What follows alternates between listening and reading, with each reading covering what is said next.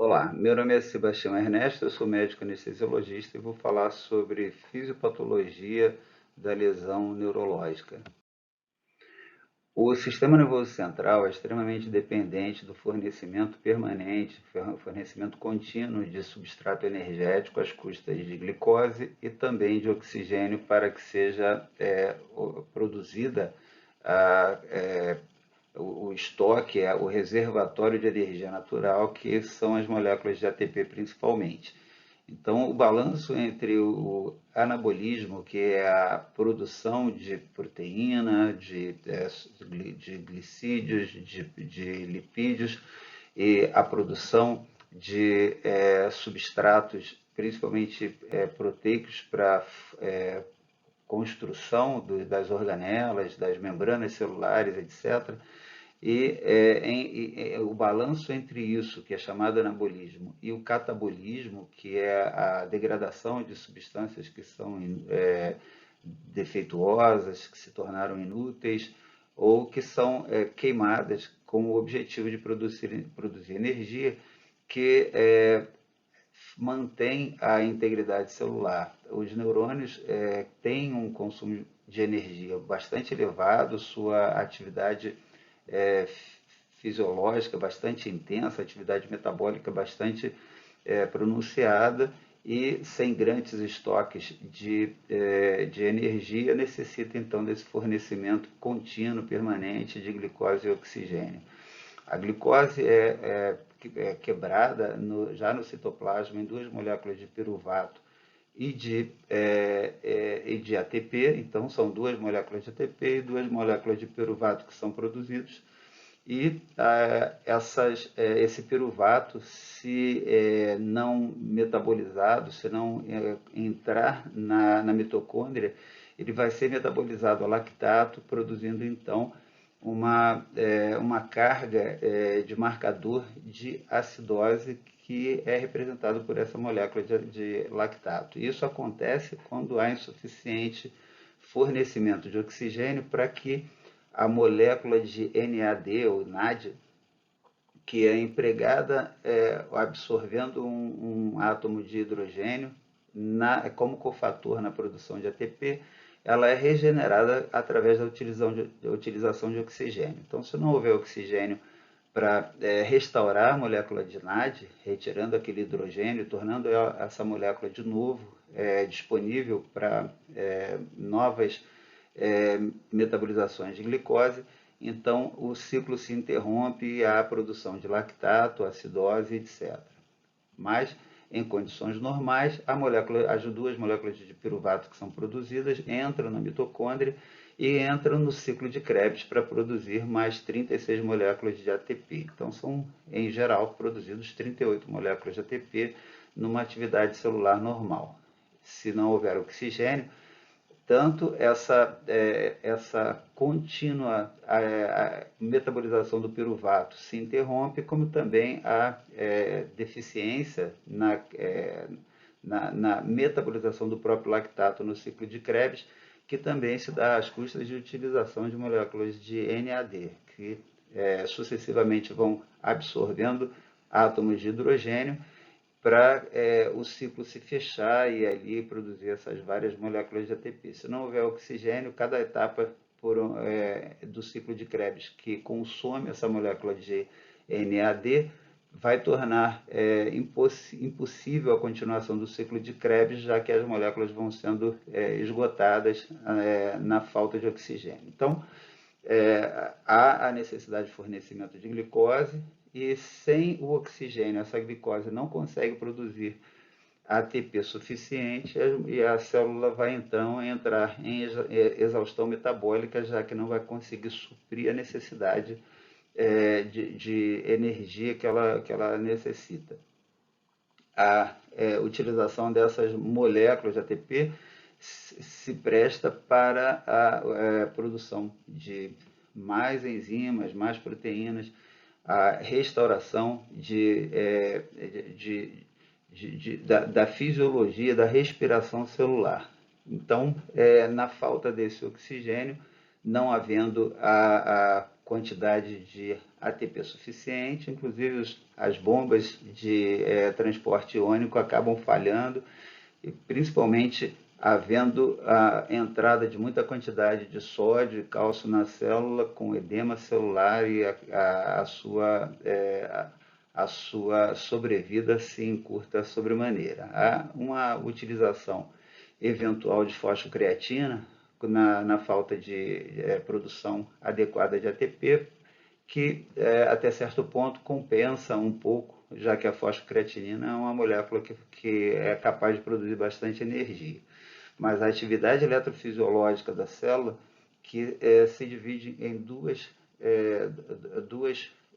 modalidades em geral. É sabido que 60% do consumo de energia da célula é para a atividade eletrofisiológica funcional, aquela atividade que gera a produção e a transferência de potencial de ação, e 40% da energia consumida é para a manutenção da própria célula. Então, na falta de energia suficiente, há primeiro a redução da atividade eletrofisiológica, para só em estágios muito avançados de hipóxia acontecer também a perda da atividade de manutenção da célula, que pode eventualmente levar à morte celular. E se a falta de oxigênio nas situações de hipóxia já gera essa redução importante da produção de ATP, a isquemia, a falta de fluxo sanguíneo vai ser muito mais grave ainda, já que além de não levar oxigênio, não está levando nem a glicose. Então, nem aquelas duas moléculas de ATP da fase citoplasmática da produção de ATP vai acontecer. Então, e essa produção de ATP é dividido, então, na parte citoplasmática, que é chamada de glicólise anaeróbica, onde há, como disse, produção de duas moléculas de ATP, e a glicólise intracelular do ciclo de Krebs, que é aeróbica, que gera, então, a produção de mais 36 moléculas de ATP. Com a redução da produção de ATP, ocorre diminuição da capacidade de funcionamento dos canais iônicos ATPase dependentes. Aquele sódio e o cálcio que se encontram mais concentrados no exterior da célula, graças à competência em situações de normalidade dessas bombas iônicas, desses canais iônicos, acabam sendo atraídas para o interior do citoplasma devido ao gradiente de concentração. Isso leva a edema celular devido à entrada de sódio, que acaba trazendo água junto, e também a entrada de cálcio gera a ativação de canais de ranodínodes do sistema retículo endotelial, que vai aumentar ainda mais a concentração de cálcio no citoplasma. Esse cálcio aumentado vai gerar a ativação de proteases e fosfolipases que acabam danificando as membranas celulares, extraindo ácido araquidônico através das fosfolipases, que vão então servir de substrato à ação de outras enzimas que vão aumentar a produção de eicosanoides, principalmente tromboxana 2, entre outros, levando à vasoconstrição, que agrava a isquemia dessas células. A entrada de sódio também acaba provocando maior liberação de glutamato, que vai ativar receptores AMPA e NMDA, que vão também gerar maior entrada de sódio e cálcio para o interior da célula. Tudo isso leva ao aumento da capacidade, da diminuição da capacidade de compensação metabólica, levando a maior produção também de lactato, como foi dito anteriormente, caindo mais o pH no interior da célula, e o dano celular causado por isso tudo ativa as células da glia. As micróglias acabam atuando, aumentando o dano celular e acaba, por final, trazendo a aproximação de linfócitos e macrófagos, que vão também agir na consumação dessa lesão celular importante.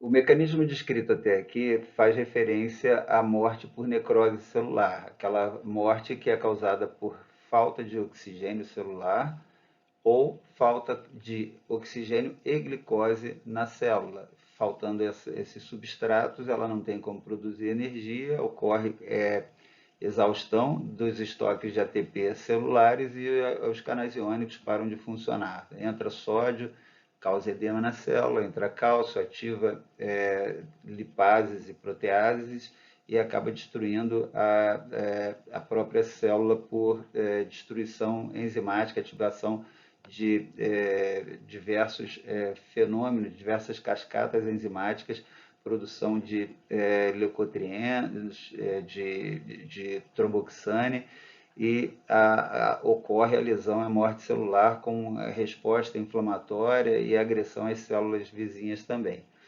Mas existe um outro tipo de morte que acontece na célula, que é chamado de apoptose. A apoptose é a morte celular programada geneticamente. Cada célula tem o seu período útil de vida e geneticamente é determinado quanto tempo ela vai funcionar e em quanto tempo ela vai ser retirada do organismo. Essa apoptose ela funciona através do comando genético, como foi dito, e ela acontece através da ativação de proenzimas chamadas caspases. As caspases, então, promovem a destruição de membranas de organelas, de membranas celulares, a fragmentação da célula, a formação de vacúolos, e essa célula acaba sendo englobada pelos fagócitos, mas num processo que não há envolvimento diretamente da isquemia. Ela pode até ser causada também pela isquemia, mas o processo de apoptose natural ele é geneticamente comandado. Existem algumas situações em que ele acaba sendo ativado de maneira patológica. E essa ativação ocorre através ou da ativação de receptores de membrana, os receptores chamados receptores de fator trófico, que pode ser ativado por, por fator de necrose tumoral, por interleucinas, etc. Então, são ativados esses receptores que levam à ativação de quinases que vão ativar as caspases e assim levar à morte celular no processo descrito como apoptose, nesse caso ativado de forma patológica. Essa ativação via receptor de membrana é chamada via extrínseca. A via intrínseca é causada pela ineficiência de oxidação mitocondrial que leva à destruição ou à lesão da membrana externa da mitocôndria com perda do citocromo C, que se localiza ali, e ao ser derramado no citoplasma, ativa também as caspases e entra numa cascata de ativação enzimática semelhante à descrita na via extrínseca. Ocorre então destruição de organelas, formação de vacúolos e também a morte celular dessa forma que então provoca a ativação de fagócitos e a digestão dessas células dessa maneira. Os genes responsáveis pelo controle da apoptose são chamados genes precoces imediatos, denominados C-Jun e C-Fos, e eles são então responsáveis pela ativação natural das caspases. A caspase, que é denominada caspase devido à presença de um radical cisteína em sua molécula, que vai ativar ou destruir ou digerir as proteínas citoplasmáticas, formando ou produzindo ácido aspartico. Devido à presença dessa cisteína na molécula dessa enzima e a produção de aspartato específico, houve então a denominação da proteína de caspase, o sufixo ase devido a ser uma enzima e a junção do C de cisteína com a ASP do aspartato.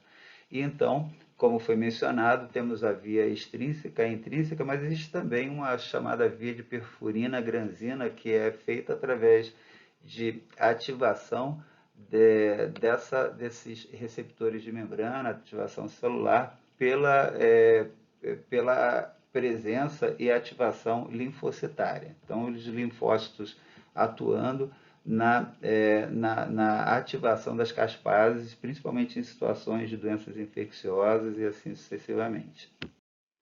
As lesões de sistema nervoso central podem ser produzidas por parada circulatória com lesão global, isquemia global, ou síndromes epileptogênicas, que podem levar à isquemia extensa também, mas também podem ser causadas por acidente vascular encefálico do tipo isquêmico, que pode levar à isquemia focal. A isquemia focal, diferente da isquemia global, ela se apresenta com um centro de lesão mais importante, a região de isquemia e necrose em curso, uma segunda região periférica a ela, que é a chamada região de penumbra, que ainda há possibilidade de preservação, e o tecido normal, que é o mais periférico. O tratamento da isquemia focal deve ser agressivo na tentativa de diminuir ou de impedir que aquela região central de necrose se expanda e atinja também aquela zona de penumbra que ainda está isquêmica, mas ainda é viável. É importante também entender que, dependendo da região onde essa isquemia focal acontece, a manifestação vai ser compatível com a função daquela região. Existem regiões que são mais sensíveis, como a região do hipocampo, a região dos glóbulos, dos núcleos da base, e são então de grande importância a sua tentativa de manutenção de preservação. O hipocampo, que pode levar à alteração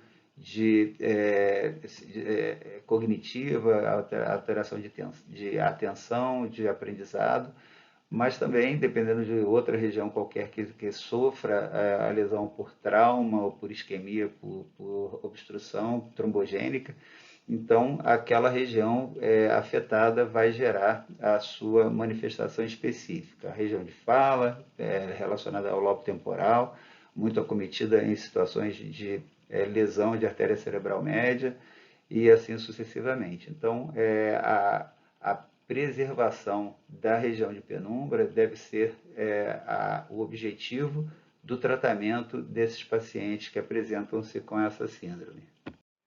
Terminamos então nosso pequeno vídeo sobre algumas observações sobre os mecanismos de lesão do sistema nervoso central. Espero que tenham gostado do conteúdo. Se gostaram, compartilhem e se inscrevam no nosso canal. Muito obrigado, abraço.